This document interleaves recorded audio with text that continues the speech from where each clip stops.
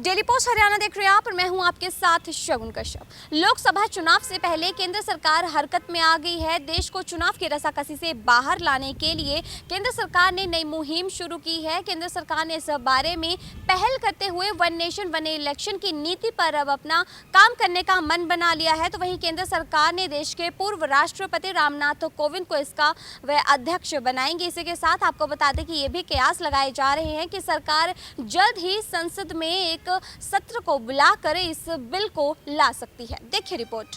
बदलते हालातों को देखते हुए अब सरकार शायद इस चुनाव की परंपरा को बदल सकती है और इसी कड़ी में ही केंद्र सरकार ने लोकसभा के चुनावों से पहले अहम कदम उठाते हुए वन नेशन वन इलेक्शन यानी एक देश एक चुनाव करवाने की दिशा में कदम बढ़ाते हुए पूर्व राष्ट्रपति रामनाथ कोविंद की अध्यक्षता में कमेटी का गठन किया है और अनुमान लगाया जा रहा है कि सरकार संसद का विशेष सत्र बुलाकर इस बारे में बिल ला सकती है। आपको बता दें कि आजादी के बाद में लोकसभा और विधानसभा के चुनाव एक साथ ही होते थे, लेकिन 1968 में कई विधानसभाएं समय से पहले ही भंग कर दी गई। उसके बाद 1970 में लोकसभा भी भंग कर दी गई। इस वजह से एक देश एक चुनाव की परंपरा टूट गई। केंद्र सरकार ने कथित तौर पर बहुचर्चित एक राष्ट्र एक चुनाव की संभावना तलाशने के लिए पूर्व राष्ट्रपति रामनाथ कोविंद की अध्यक्षता में एक समिति का गठन किया है। यह घटनाक्रम सरकार द्वारा 18 से 22 सितंबर के बीच संसद का विशेष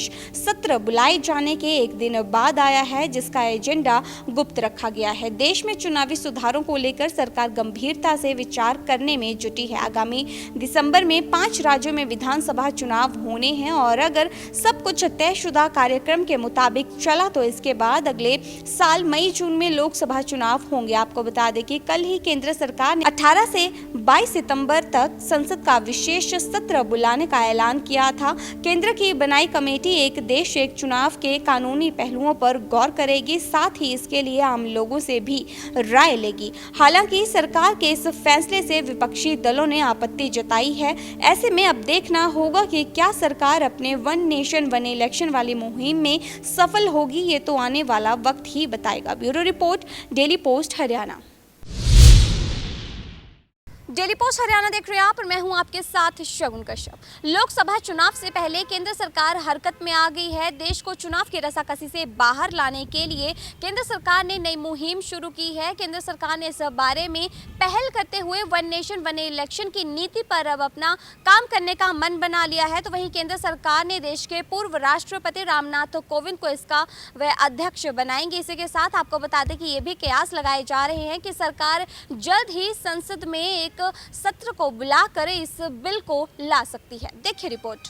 बदलते हालातों को देखते हुए अब सरकार शायद इस चुनाव की परंपरा को बदल सकती है और इसी कड़ी में ही केंद्र सरकार ने लोकसभा के चुनावों से पहले अहम कदम उठाते हुए वन नेशन वन इलेक्शन यानी एक देश एक चुनाव करवाने की दिशा में कदम बढ़ाते हुए पूर्व राष्ट्रपति रामनाथ कोविंद की अध्यक्षता में कमेटी का गठन किया है और अनुमान लगाया जा रहा है कि सरकार संसद का विशेष सत्र बुलाकर इस बारे में बिल ला सकती है। आपको बता दें कि आजादी के बाद में लोकसभा और विधानसभा के चुनाव एक साथ ही होते थे, लेकिन 1968 में कई विधानसभाएं समय से पहले ही भंग कर दी गई। उसके बाद 1970 में लोकसभा भी भंग कर दी गई। इस वजह से एक देश एक चुनाव की परंपरा टूट गई। केंद्र सरकार ने कथित तौर पर बहुचर्चित एक राष्ट्र एक चुनाव की संभावना तलाशने के लिए पूर्व राष्ट्रपति रामनाथ कोविंद की अध्यक्षता में एक समिति का गठन किया है। यह घटनाक्रम सरकार द्वारा 18 से 22 सितंबर के बीच संसद का विशेष सत्र बुलाए जाने के एक दिन बाद आया है, जिसका एजेंडा गुप्त रखा गया है। देश में चुनावी सुधारों को लेकर सरकार गंभीरता से विचार करने में जुटी है। आगामी दिसंबर में 5 राज्यों में विधानसभा चुनाव होने हैं और अगर सब कुछ तयशुदा कार्यक्रम के मुताबिक चला तो इसके बाद अगले साल मई जून में लोकसभा चुनाव होंगे। आपको बता दें कि कल ही केंद्र सरकार ने 18 से 22 सितंबर तक संसद का विशेष सत्र बुलाने का ऐलान किया था। केंद्र की बनाई कमेटी एक देश एक चुनाव के कानूनी पहलुओं पर गौर करेगी, साथ ही इसके लिए आम लोगों से भी राय लेगी। हालांकि सरकार के इस फैसले से विपक्षी दलों ने आपत्ति जताई है। ऐसे में अब देखना होगा कि क्या सरकार अपने वन नेशन वन इलेक्शन वाली मुहिम में सफल होगी। ये तो आने वाला वक्त ही बताएगा। Bureau report, daily post, Haryana.